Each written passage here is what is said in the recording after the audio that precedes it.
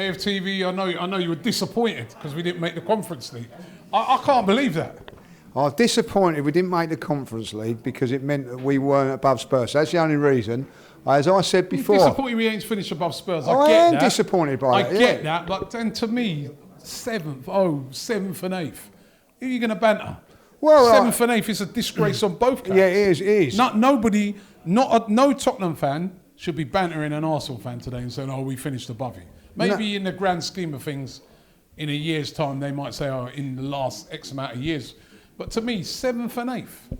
Listen, it's embarrassing. Listen, when we was winning trophies and things like that, it didn't matter, it didn't bother me. But we're not at this moment in time, and that's just because of the standards of the club. The big dropped. 7th and 8th. Yeah, it's dropped. The standards of the football club has dropped. So, it is now, that is one thing that we have or we haven't got, and that is because of the standards of the football club have dropped. When we was winning titles and in Champions Leagues, they didn't really matter, did they? Because they wasn't competing with us. The fact of the matter is now we are competing with them because we've dropped so bloody far, Robbie, and that is a fact, and that's why we're where we are. 2-0 today. Great. Decent performance, but how much out of that team do you think needs to go and how much needs to stay come this summer? 60% of it, 70% of it needs to go. It really does. I'm going to say this now. The last few games, Chambers has, I'm not saying made me change my mind, but, he's done well, so I think that he's given himself a chance of having a future at Arsenal, and well played to him, because I think he's done really, really well. He could make a good squad player. A good squad player. Centre-back, possible defensive midfielder as well. He can play. Exactly, and can cover a few positions like Rob Holding. So we need to those two players... I've got no objections if they're in the squad and coming in and doing a job, because they can do it. So we need to improve in that area there. The midfield, I've got to say, Partey looked very, very good today. So unlucky with that shot at the bar. That was outrageous. That was. But we need to improve in that midfield area. We need to make lots of improvements in there. And one of the good things, one of the pluses since he's sending off against Leeds, is Pepe. Pepe's improved. He's looking the real deal. Good finisher. I'm just saying a little while ago, maybe play him up front, down the middle. That would maybe give more game time to Martinelli on the left. Because I'll tell you what, with Pepe, he can finish. He is a finisher, and his second goal proved that today was quality. Would you keep Lacazette? No. Not years left of his contract. He's not played the last 4 or 5 games since. I know he's been injured, but he's not come back in. I think if you could get some decent money for him, then I would sell. Yeah. Xhaka? Same. If you got decent money for him, I'd sell. But if not, listen. Again, would be a player that I would say that would be a squad player. Can come in. He proves that he can play left back as well. So, he's a squad player that could come in. Listen, it's no coincidence today that Partey played well because he was alongside him. So there may be a future for him there. Maybe. God.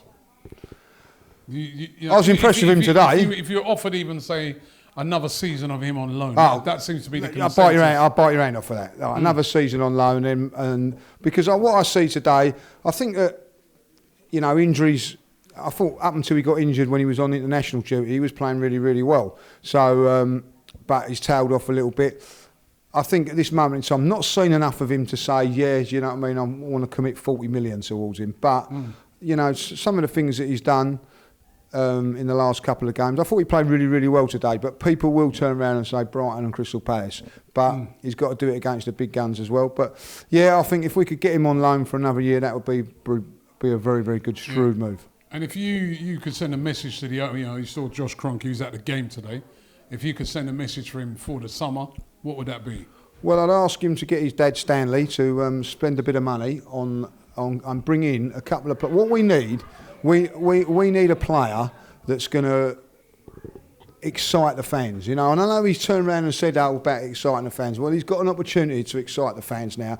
Bring in somebody that's going to excite, because do you know what? I'm not looking forward to next season because it's the same old at this moment in time. I think when you think about it, what you say there, I think they have to bring in. I have to a bring player in to excite the fans, because remember, no Europe next season. Yeah. Right. So, fans, won't come streaming back. There's going to be no Europe. If they see what they saw this season, there'll be a lot of fans saying, "Oh, I can't be asked to go there." Yeah, you know what I mean? And listen, if I was an exciting player. If I was in a meeting with Stan Kroenke, I would turn around, and this is exactly what I'd say to him.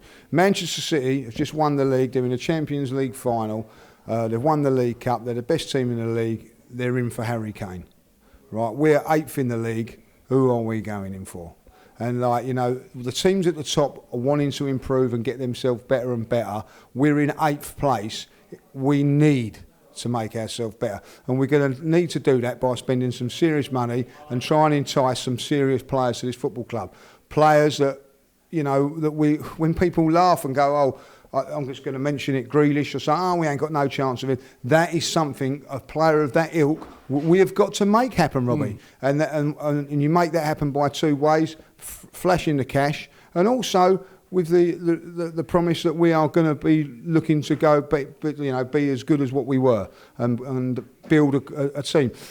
When you look at it, we've got some very, very good youngsters that have, I think, helped us and going to save us money. Because Saka, we haven't got to look for a player like that. We've not got, Smith Rowe has come in and done fantastically well. And we've got Martinelli, so we've got some talented youngsters, but we need some sprinkle dust of some star quality in this team through the middle of the team. A spine. I want to ask you one more question. Would you bring back Willock? If you get 30 million for Willock, or you can bring him back, what would you do? If this is how I see it again today, by the way. Yeah, and listen, it's no good bringing him back and then not playing him. So how I look at it, like, if Arsenal were to say, get Grealish, just say, I'm going to mention Grealish, if you're going to get Grealish, £30 million towards that deal would be a good deal. And then you turn around and go, do you know what? We can sacrifice somebody like that. And that's what we're going to have to do. Maitland-Niles is another one that, we should have sacrificed Maitland-Niles last season because he's not been used. We had a chance of getting him for 20 minutes. That could have funded another deal for a while or somebody like that. We didn't choose to do that. So even though we've got to be very, very shrewd in this business, in our business, in the transfer window, it's about, sometimes you have to, listen, Liverpool never, any fan of Liverpool, when Coutinho left that club, none of them were happy about it. Ask them now. And they'll all say it was a great move, great deal. Why? Because they funded it to get the players that they needed. So we may have to lose to a Willock, we may have to lose a Lacazette, we may have to lose a couple of players to fund for what we need, then so be it. But we've got to have the owners and who's ever in charge of running the football club to make sure they get the right players in. And one of those players is a star player. Going back to in the 80s, I say it and I've said it before, Arsenal were in the same sort of position as we are now, and Charlie Nicholas become available, and every single club wanted him, right? It didn't work out the way it was meant to, but every club went for it.